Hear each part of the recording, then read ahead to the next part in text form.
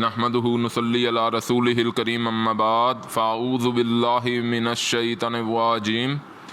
بسم اللہ الرحمن الرحیم۔ سورہ بقرہ آیت مبارکہ نمبر 50۔ بسم اللہ الرحمن الرحیم۔ وَإِذْ فَرَقْنَا بِكُمُ الْبَحْرَ فَأَنْجَيْنَكُمْ وَأَغْرَقْنَا آلَ فِرْعَوْنَ وَأَنْتُمْ تَنْظُرُونَ۔ آمنت باللہ وصدق اللہ العظیم۔ ترجمہ: اور جب ہم نے تمہاری وجہ سے سمندر کو پھاڑا،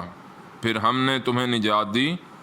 اور ہم نے آل فرعون کو غرق کر دیا، اس حال میں کہ تم یہ سب کچھ دیکھ رہے تھے۔ اب یہ پچھلی آیت میں جو بتایا وہ اگر آپ زمانی ترتیب دیکھیں تو وہ شروع کا وقت جب حضرت موسیٰ علیہ السلام کی پیدائش کے وقت، اور یہ حضرت موسیٰ علیہ السلام موجود بھی رہے، ان کی زندگی میں بھی انہوں نے کہ ہم ان کے بیٹوں کو آگے جا کے ہم پڑھیں گے یہ تفاصیل کہ ہم ان کے بیٹوں کو ماریں گے اور ان کی بیٹیوں کو زندہ رکھیں گے۔ تو یہ بڑا اللہ کا عذاب تھا جو ان پر پچھلی آیت میں بتایا جا رہا ہے، لیکن اگلی ہی آیت میں اب بالکل اس کے اینڈ جہاں حضرت موسیٰ علیہ السلام کے ذریعے اللہ تعالیٰ نے بنی اسرائیل کو نجات دی، اس کا واقعہ آ رہا ہے۔ اگر اس میں آپ دیکھیں تو یہ ایک معجزہ ہے اور بڑا ظاہری معجزہ تھا جو بنی اسرائیل نے اپنی آنکھوں سے دیکھا تھا کہ حضرت موسیٰ علیہ السلام آگے دریا اور پیچھے لشکر فرعون، اور قوم جو اتنے اس سے پہلے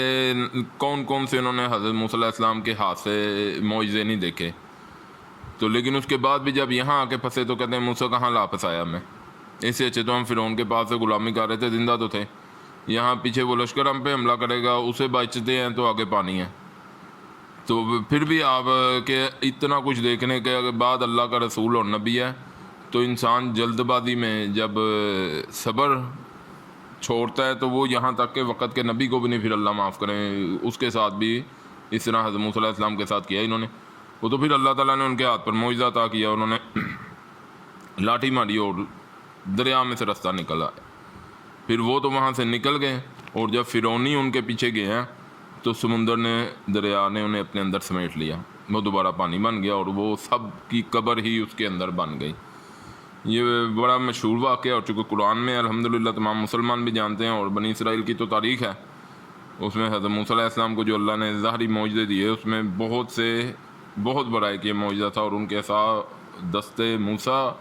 میں عصائے موسیٰ، تو اللہ تعالیٰ نے اس میں کئی معجزے رونما کیے، جس میں ایک معجزہ مبارک یہ بھی تھا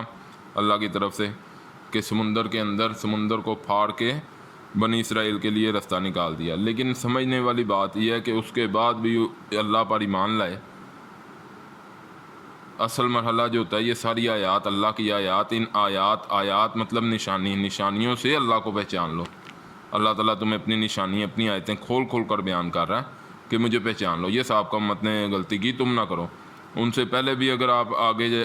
قرآن میں آئیں گے مقامات، اللہ توفیق دیں تو ہم وہاں تک جائیں گے، تو صحابہ جو ان سے پہلے بنی اسرائیل سے پہلے امتیں تھیں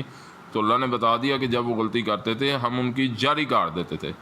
تو اس سے بنی اسرائیل نے کو نصیحت پکڑی۔ بنی اسرائیل کو دیکھ کے آج امت مسلمہ، موجودہ امت مسلمہ، نبی پاک صلی اللہ علیہ وسلم کی امت کو نصیحت پکڑی ہے،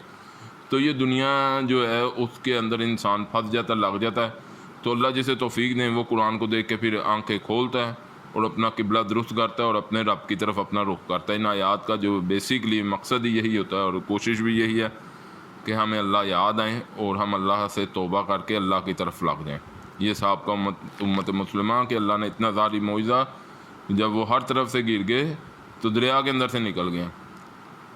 حضرت موسیٰ علیہ السلام کے ذریعے اللہ نے راستہ دے دیا۔ لیکن جو سمجھنے والی بات ہے کہ اس کے بعد وہ اللہ پر ایمان لے آئے، آگے جا کے ہم پڑھیں گے پھر انہوں نے کون سی اس کے بعد غلطیاں کوتاہیاں کی۔ بہرحال اللہ تعالیٰ ہمیں سمجھ کے اور سب سے زیادہ نیک اعمال کی توفیق عطا فرمائیں۔ وآخر دعوانا ان الحمد